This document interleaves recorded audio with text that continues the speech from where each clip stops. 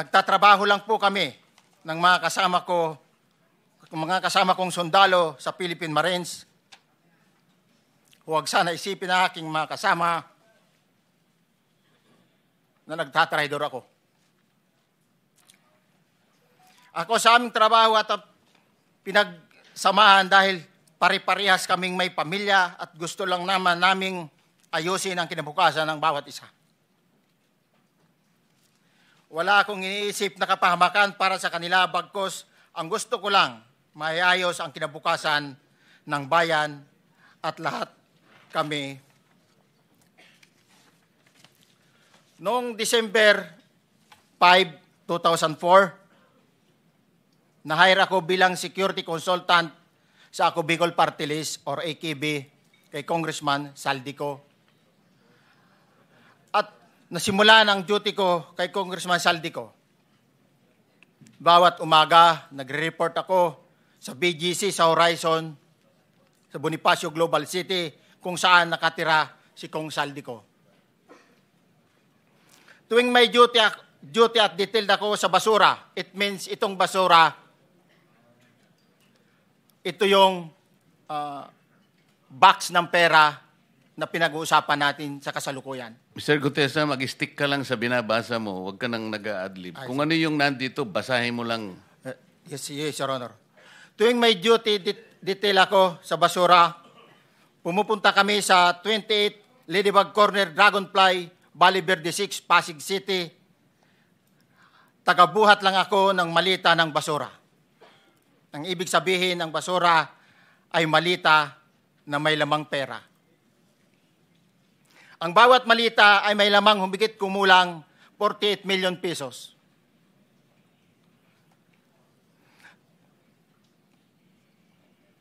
Ang bawat malita ay may post-it na nakadikit na nakasaad kung magkano ang laman ng bawat malita. Tuwing may duty detail sa basura, may pumupunta na tao na magdi-deliver ng basura at nire-receive ni John Paul Estrada at Mark Tiksay. Ang mga executive assistant ni Congressman Saldico at sila ang mga detailed sa mga ganyang activities. Ang mga nangyayari kapag duty kami sa basura, kalimitang dinadala sa bahay ni Congressman Saldico sa Valle Verde 6 at tinatanggap naman ni Mark at ni Paul. Pagkatapos naming may baba ang nasabing basura, ipinapasok sa bahay ni Congressman Saldico sa Valle Verde 6 at binibilang ni Mark at ni Paul. Alam ko na ang laman ng malita ay pera sapagkat nakita ko si Paul na binuksan ang malita at inilabas ang laman para bilangin. Ang isang ehemplo na nagdala ng pera ay si Congressman Eric Yap ng AXIS Party List. 46 na malita ang dala niya sa bahay ni Congressman Saldico sa Valle Verde 6. Pagkatapos mabilang, isinakay namin sa mga sakyang patungo sa Horizon Residence sa Taguig. At dumiretso kami sa basement upang may baba ang nasabing basura.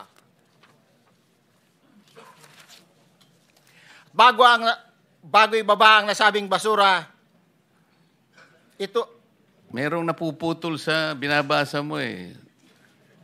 Huwag kang magmadali. Huwag kang magmadali. Naputol na... Ulitin mo yung paragraph 20. Wala na akong... Hindi ko makita na putol na siya.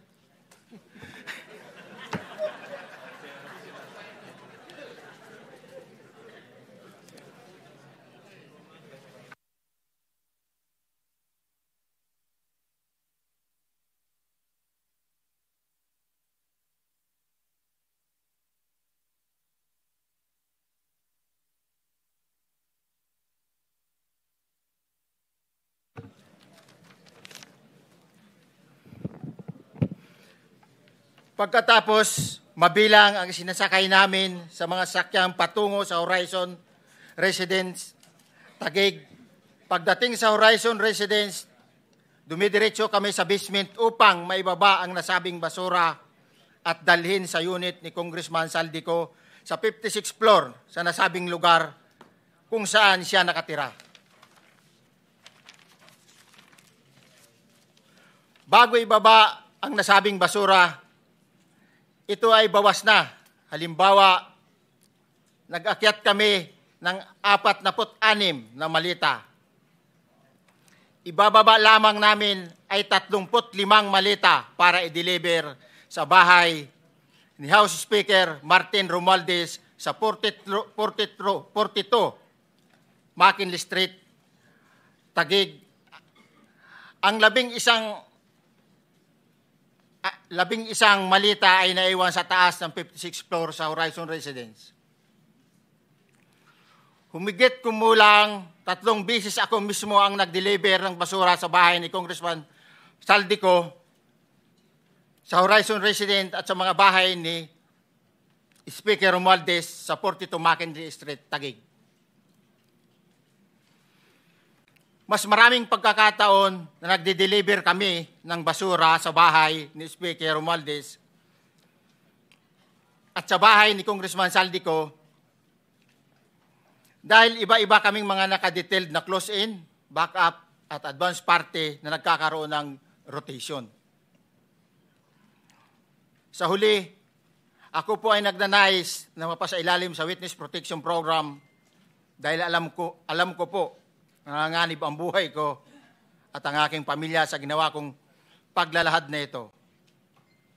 Sa katotohanan na ang lahat ay nilagdaan ko, ang salaysay na ito ay kusang loob at walang anumang pamimilit at bunsod lamang ng hangarin matulungan ang ating bansa. Ito po ay nilagdaan ko